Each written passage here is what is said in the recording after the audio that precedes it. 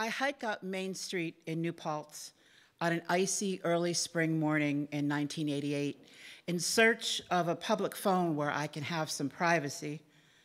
I dial the number for a women's support group, hoping to speak to someone about my fear, panic, and deep sorrow.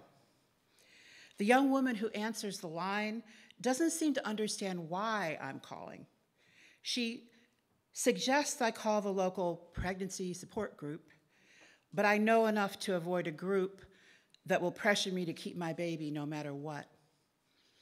As an unmarried, full-time returned student at 24 with a part-time job at a video rental store, I am not the ideal candidate for single motherhood.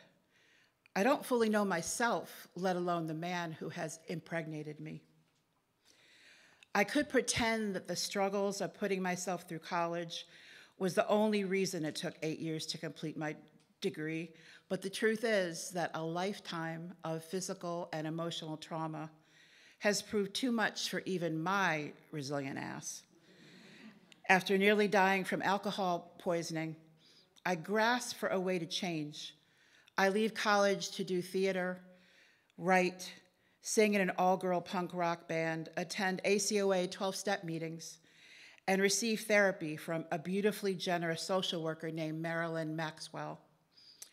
4 years later, I'm tentatively sober and back in school.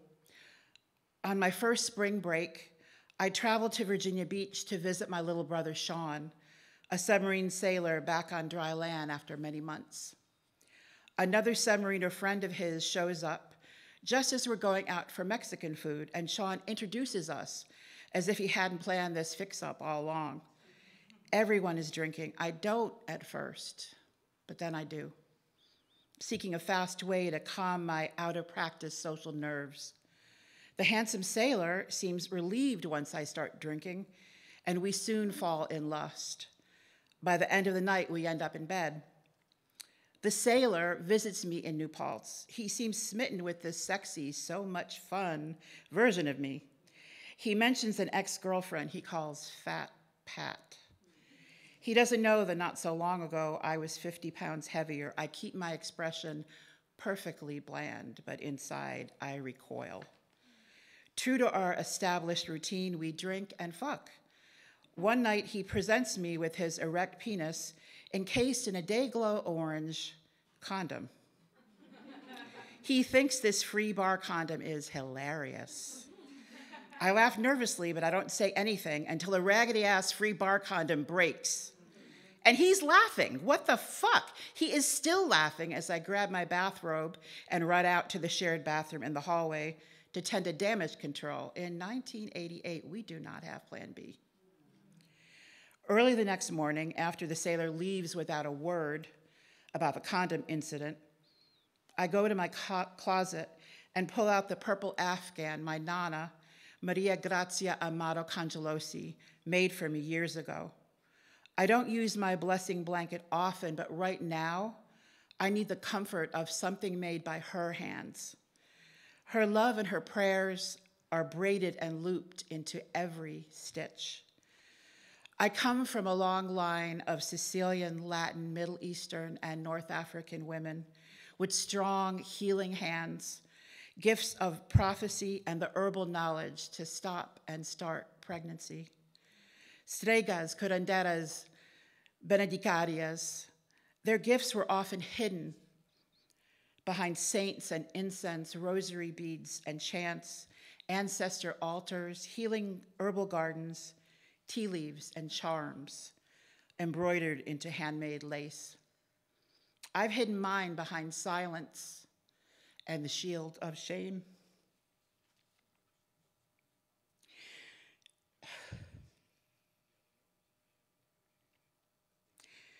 As I pull my blessing blanket around me,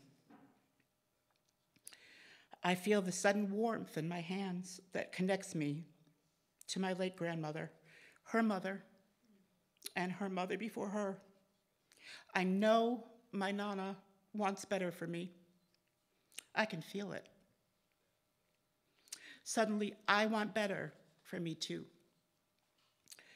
2 weeks later, I stare numbly at the unmistakable results of a third pregnancy test. I am angry and terrified, seething with quiet rage at my hapless self, at the clueless sailor, and his day-glow penis. I wish I could do this alone, but I can't. To start with, I don't have the $300 to pay for this procedure. My friends, Riva and Benita, escort me to my appointment at a clinic in Yonkers 2 days before Easter. In my pocket is a smooth rock. It slips in and out of my sweating palm. I'm grateful they're here with me, but it's the quicksilver of my fear and anger that keeps me moving. The closer we get to the clinic, the louder the pro-life protesters screaming. I see them now, pumping their brutally lurid signs into the air. I can't fully make out what they're yelling. Certain words hit like bullets. Murderer, baby killer. A woman in a neon yellow safety vest walks out of the clinic and heads towards us. She is a guardian angel come to guide me to safety. The woman holds my left arm as we slowly move closer to the clinic entrance. An unkempt woman breaks from the large clump of screaming protesters and runs up to me, her red face inches from mine. Don't kill your baby. She screams, her spit hitting my face. I raise my free hand to push her away. Don't, Benita whispers. I stare directly at the spitting protester, feeling the rage bubble up from my gut. Leave me alone. Leave me in peace.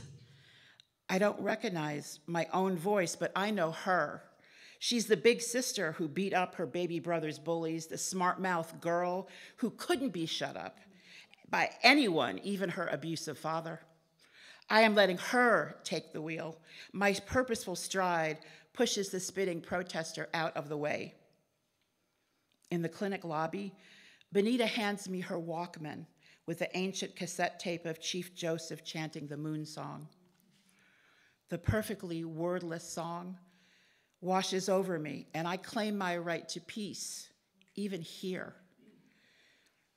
When the abortion is over, the nurses push my gurney bed into a hallway packed with other women and girls, also on the way to the recovery room. Our beds form a large circle. A nurse appears with a large round tin of cookies.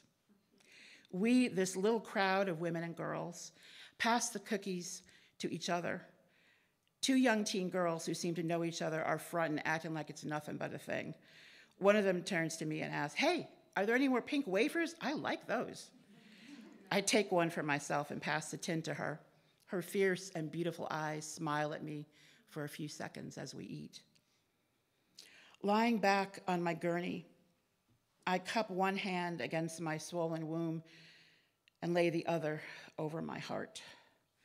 The warmth is immediate and soothing.